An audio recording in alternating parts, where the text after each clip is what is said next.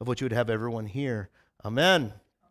All right, so we are continuing our sermon series called Missio Dei. It's just a fancy Latin term for the mission of God, and we're kind of looking at God's heart, and it's this idea of this sending out, of this great sending that God is doing, but we're kind of establishing the framework by which we are doing this sending. Last week, we had this verse where Jesus famously said, "As the Father has sent me, so I am sending you." Now, I think we, as kind of American Christians, we kind of tend to put a lot of Americana on that. We're like, oh yeah, he's sending us out to go out into all of those things. He sent Jesus to do all that. And we kind of, like if you open up a new Applebee's, kind of how you canvass the neighborhood to make sure people come to your Applebee's.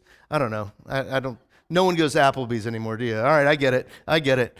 But how we kind of do that. We kind of tend to think this. We forget sometimes about how God sent Jesus. Remember, it said the Spirit drove him into the wilderness.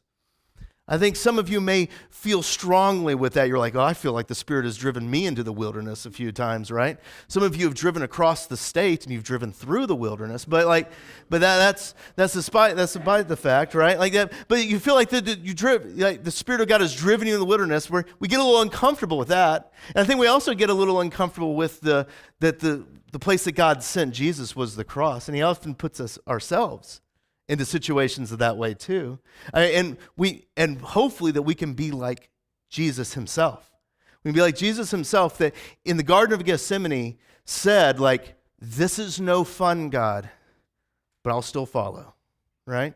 And so no matter what God drives us into, that He's sending, that we will have ears and eyes and feet that will continue to follow no matter where it may go, because there's a lot of times when we may feel inadequate. And my whole kind of purpose behind this sermon series is to give you an adequateness to be sent. That sounds weird, adequateness. Coley often complains I just make up words up here. She's not in here. She has taken all the kids into another room and all of that. But she says I just make up words. I don't. Yeah. Adequacy. Listen, I don't need your retired pastorness lording over me today, Ed. Like I don't need all that. But yeah. So if a word just isn't correct, but it kind of sounds like it is when I'm talking, just assume it's correct. Like that's works for all of us then. But like when we think about like serving and stuff like that, and we can see how God sent Jesus, we're like, man, God sent Jesus into a hard place, but Jesus was good at it. And then we look at our own friends and we're like, ooh, Sheila over there. Sheila knows how to serve that God. Woo, like I'm not near as good as Sheila is. And we can kind of get down on ourselves, right? We can kind of like, I'm just not good enough to do anything for God. And this kind of makes me think of Christmas. And here's the tie-in for the constant Christmas. Because it's kind of like celebrating Christmas in July, right? Like all these things. Now, if you pay attention to like earnings reports from retailers and all those different things, there's been something that like Target and Walmart and Amazon, all these things, they all had in common this earnings. Does anyone remember what it is? Their stocks. Well, yeah, I'm about to go there. All their stock has been going up, right? They're not selling stuff they're all throughout the pandemic. They're having problems getting any and everything. But right now, stocks are going up on things. And you know what that means? That means Amazon does Christmas in July on Prime Day. Did anyone celebrate Prime Day this year? Yes, I got a few people. Some people are like, oh, I don't want to admit it. Like but yeah, like we have Prime Day. But what I think is going to happen, because we have all this stocks, you know what's going to happen? You're going to walk into Walmart on Labor Day, right? You're going to walk in there, and there's going to be like a big cardboard cutout of a guy like smiling with a hot dog, and they're going to be setting up Christmas trees right behind them because like they're like, ooh, the market's looking down, we got all this extra stock, let's have sales, right? Like let's make sure this happens. It's Christmas, like let's get into that buying experience, right? Like we need to do all these things, right? Like, we need to make sure all this happens. You guys know what Black Friday means, right? Do you know what it means? It actually, the reason why we call it Black Friday is that's when all the retailers turn from red in their books to black. It's when they finally make a profit, right? That's why Black Friday is named that. And it makes sense, right? We have this, so we're going to start, I have a feeling we're going to start seeing Christmas stuff very early on this time. And why is this? Why does all that sit around Christmas? It's because at the core of Christmas, it's this idea that God has given us this most amazing gift. And the retailers all kind of exploit that, right? But in giving us the opportunity to give gifts all throughout around us. And we see that God has come into our mess, into the mess of our lives, and he takes on our flesh, and it's amazing. But it's so easy for us as American Christians to feel like we're messing Christmas up. And we kind of get enamored with like, it needs to be about the birth of Jesus. You know, and how many times do we stress ourselves out about getting that perfect gift? I know that you guys go to very fancy stores and you're like, oh man, what do I need to get that pastor for Christmas this year? Like, I know you spend hours agonizing over that, right? Like that's, and I know it's actually like, is $1 too little? Will he notice? Like all that stuff. And it's like we just agonize over this, and it can cause us to worry. It's like, it seems that it's so easy to mess up that important day, that it becomes about this consumer thing. It seems like it's so easy for it to become just about all that just fluffy gift giving rather than it being about Jesus and who he is. When we were reading the gospel text, getting ready for the sermon this week, all I could think about was Christmas because it sounded so familiar. And what's funny is, and I need to let you guys know this. I plan out my sermons for a year ahead of time. I know what I'm going to preach next year. But when I'm actually writing the sermon, apparently I don't even look at the next week afterwards. I've already done that work. And my sermon last week was primarily on this verse. Like I kind of realized that I did that to myself. But I saw it with kind of fresh eyes that this was about Christmas. Now let's kind of get into the text here and what's going on. And I'll explain as we get through. So Jesus asked his disciples, who do people say that the Son of Man is? If you were asked this question, who is Jesus, how would you answer it? What would you say who do you think people say that Jesus is? And they responded in a very forthright manner. And they said, well, some say that you're John the Baptist, others say that you're Elijah, and others Jeremiah or one of the prophets. And this is actually a brilliant answer. Being younger, I never really thought about how good of an answer this is. It's really good because if you think about what Jesus does, he looks like an incredible prophet. He looks like think about it, he's going into the synagogues and he's preaching kind of truth to power, like really telling these people that are powerful, like what's what, right? He sounds like Jeremiah in that same way. He sounds like he's Elijah. Because we remember the story of Elijah, there's this one story of him, he goes into this widow's house in Zarephath. And this story is so sad in its agony that this widow, that Elijah goes in and he goes, hey, I want you to make me a cake to eat. And she's like, oh, sir, I only have enough flour and oil, enough to make one little cake for me and my son. And we are going to eat that. And then we are going to die because there's this terrible famine going on. And Elijah goes, still make it. And he stayed there day after day, and there kept on being enough flour and oil for her to make enough cakes for Elijah, her son, and herself. And there's more to that story where her son dies and Elijah raises him from the dead and all that. But that sounds like the story right before this in Matthew. Jesus feeds the 4,000. And in that, Jesus is out in the wilderness like John the Baptist out in the wilderness, right? Jesus is out in the wilderness, and all these people come up to Jesus, and Jesus has compassion on them, and he says, because they were like sheep without a shepherd. And he ends up feeding them all. Feeding all of them, holding them close, holding them knowing that God is the good shepherd, right? That the Lord is my shepherd and he lacks for nothing, that they lack for nothing. Like he's doing all those things. So when they say these things, he's out in the wilderness like John the Baptist. He's providing for people like Elijah did. He's speaking truth to power like Jeremiah or any of the other prophets. All these definitions, they make sense. They're like, this is who Jesus is. And then he looks at him and he goes, yes, but who do you say that I am? And you know what Peter did? You know, Peter, he stood up a little bit taller. He's like, I got this, fellas, right? And he's like, you are the Christ. You are the Son of the living God. And oh my goodness, Peter, you get it. You got it so right? He's so right.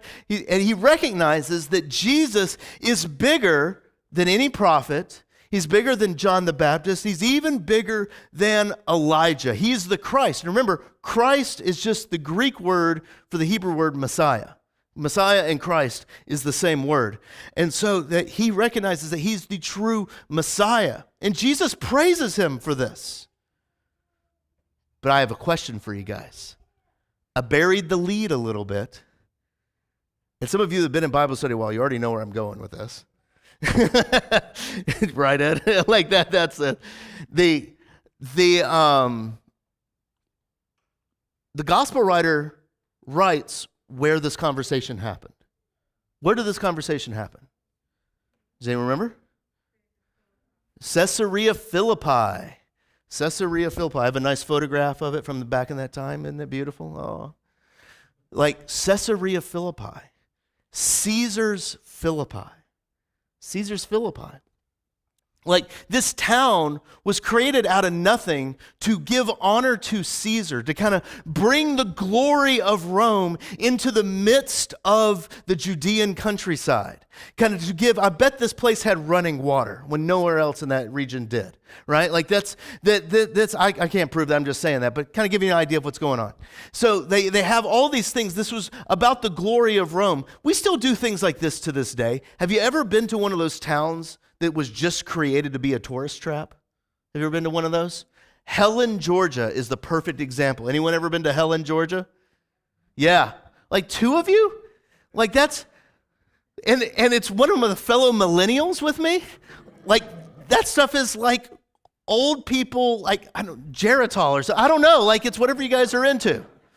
Like that. That's like Helen is just like all that stuff for you. It's just a tourist town. It's this German little quaint town that before it was a German quaint town, so people are like, I know a way to make tourist money. Let's make a fake German town and tell people it's cool, right? So they created it, put it on the side of a river. They have floating that goes down this river and all of that stuff. They just created this town out of nothing, right? That's what Caesarea Philippi was. It was this town that was in honor of Caesar and his power. Where the gospel writer puts this conversation is important because we see by Peter's continued response what Peter thinks the Messiah is supposed to do. Because there's all this iconography to the power and glory of Rome around them. And it's like, but who do you say I am? You're the Christ. And what ends up happening is that Jesus begins to talk about how he's going to die and rise again and suffer at the hands. And all those things that Jesus is saying to Peter, Peter can't handle because that's not his vision of the Messiah. That's not his understanding of the Messiah. It's like, no, the Messiah is the one that's going to walk up those steps of Rome, overtake Caesar. The Messiah is going to be the one that overthrows Rome, that overthrows the government, that overthrows all this stuff to bring back prominence back to Jerusalem and Judea, to make everything like where the Jews are the first ones again, to make sure that the Messiah is that anointed one and that everyone is kind of forced to bow down there. And it turns out that this message that Jesus is saying messes up Peter's view of the Messiah. Peter is 100% correct that the Messiah, that Jesus is the Messiah. But just his understanding of the Messiah is wrong. Is wrong. And Peter rebukes Jesus and says, no, this is not what's going to happen to you, Jesus. And Jesus says, get behind me, Satan. Woo. Woo. I love this story. I love it so much that in my confession, I talk about it all the time. Because I see myself in it. I see you in it. Because we mess up who Jesus is. We mess up who the Christ is so many times. We don't properly share him. We let our politicians define who Jesus is supposed to be. Good grief. That's a huge issue right now. We have these people that use the things of our faith in order to gain power for themselves. And we just let them do it. And we're happy about it. Like, oh, they said they're a Christian. Yay. Right? And it's just to gain power. We fail to understand his core teachings. We mess up Christmas all the time. My brother-in-law, hilarious dude. Good old boy, you could say, right? Hilarious guy. His catchphrase at Christmas time is, oh, you ruined Christmas. If you burn something or like just do something wrong, you ruin Christmas. Like it's like, and he just said, and it's hilarious every time he says it because he'll always be there. I think he's got a knack for seeing when something is about to go wrong. So like we're making cinnamon rolls and come out, and rather than the humidity hit you in the face, all the smoke from a burned side of blast you in the face. He's like, ruin Christmas, like all that stuff. Like it's really funny, like all that stuff, but that's the whole thing, is that we end up ruining Christmas. And we make Jesus about the things that he's just not. And that's the whole point of Peter, is that he messed Christmas up. He messed up who the Messiah was. He said all the right things, but he failed to actually know who Jesus was. He only had vision to see Jesus as a political ruler like Caesar. But here's what I want you to hear. Jesus came and even saved Peter. Jesus saved him. Even that guy that got it wrong. Jesus suffered and died for him. He rose again for him. And as we saw last week, just as the Father has sent Jesus, so Jesus is sending him out. I mean, think about what he does at the end of the Gospel of John. At the end of the Gospel of John, Jesus pulls Peter aside, and he says, Peter, do you love me? He's like, yeah. And he's like, feed my lambs. You hear that sending? Feed my lambs. And he does it 3 times, the amount of times Peter denied Jesus, where he showed how chicken he was before the chicken crowed, right? Like that's that many times, and Jesus still was there for him, that God was always there with Peter, even in the midst of his struggle, in the midst of him not getting everything right. And this is the same for me, it's the same for you. That Jesus came and dies and rises for you and says, go feed my lambs. That you are forgiven and God uses you. And I think that's the cool thing about Christmas. And this is what made me think about Christmas as I was getting ready for the sermon. Because so many times in our American Christian culture, we get so upset about Christmas. We want to have this war. We get so upset about this war on Christmas, right? We're taking Christ out of Christmas. And we actually fail to see Jesus coming, even though for those that are messed up in their life. Because think about what Christmas is for a second. Think about what it is. And I have to be honest with you, this took me years to get here in my inside my being to be comfortable with what I'm about to say to you. It took me years to get there. But let me see if I can communicate it to you. That, think about what Christmas is. That this entire holiday, the reason why all the stores put up all the stuff, the reason why all the stores put up all the Christmas trees and the lights and play the music and all that stuff is that this holiday is centered around gift giving. And that we give gifts because we are celebrating that God has given us the best gift of all, the true Messiah that has come into the world. And I love this because the mission of God is still working through it. And here's what I mean, and this is the part that took me so long to get. And are you ready? Here it is. That even when someone who wants nothing to do with God, someone who wants to denounce who Jesus is, yet at Christmas, they will give a gift to his wife. Or she will give a gift to a friend. And in that simple action of giving a gift, even if they want nothing to do with God, speaks of what God has done in the world by giving so much to us.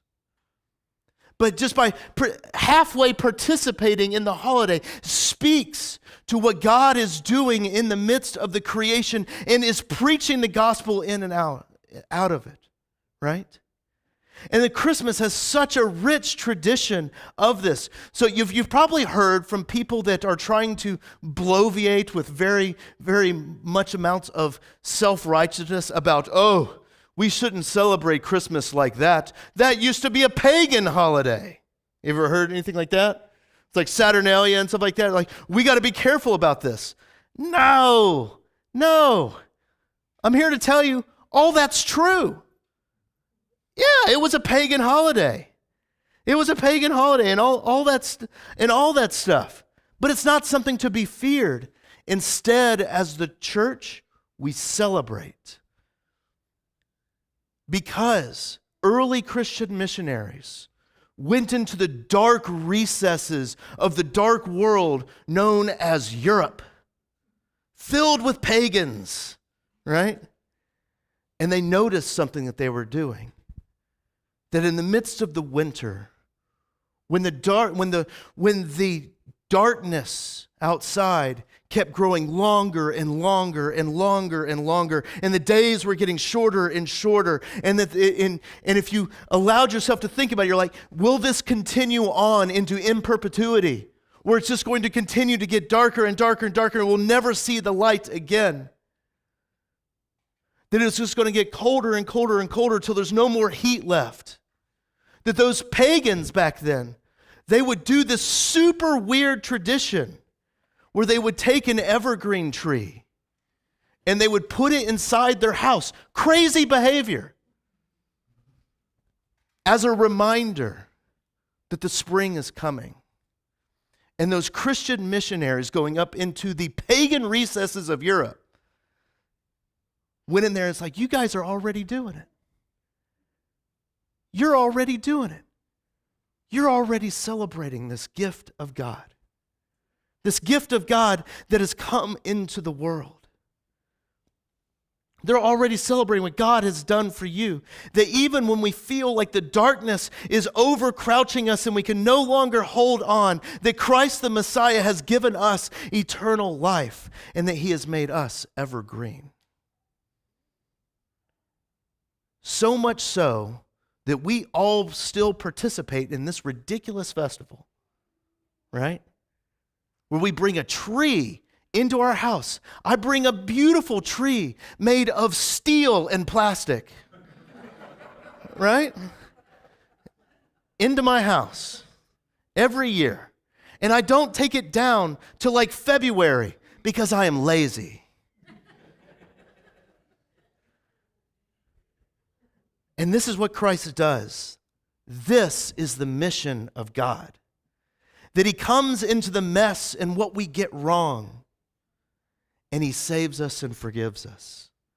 And he even puts us onto his mission even as we give gifts, even just like we give gifts at Christmas. So even if you might get it all wrong or misguided, just like our pal Peter, look and see how you have a God that is saving you and even taking your misguidedness and putting it onto his mission. And I think that is good news for today. And we'll end right there. Let's say a prayer. Jesus, we thank you that you love us, that you're with us. Lord, as we go out from these places, even with our own misguided natures and our selfishness and all those things, Lord, bump us back onto your mission. Lord, let us be amazed at how your mission has been accomplished even through us. And Lord, give us eyes to see it. Thank you, Jesus.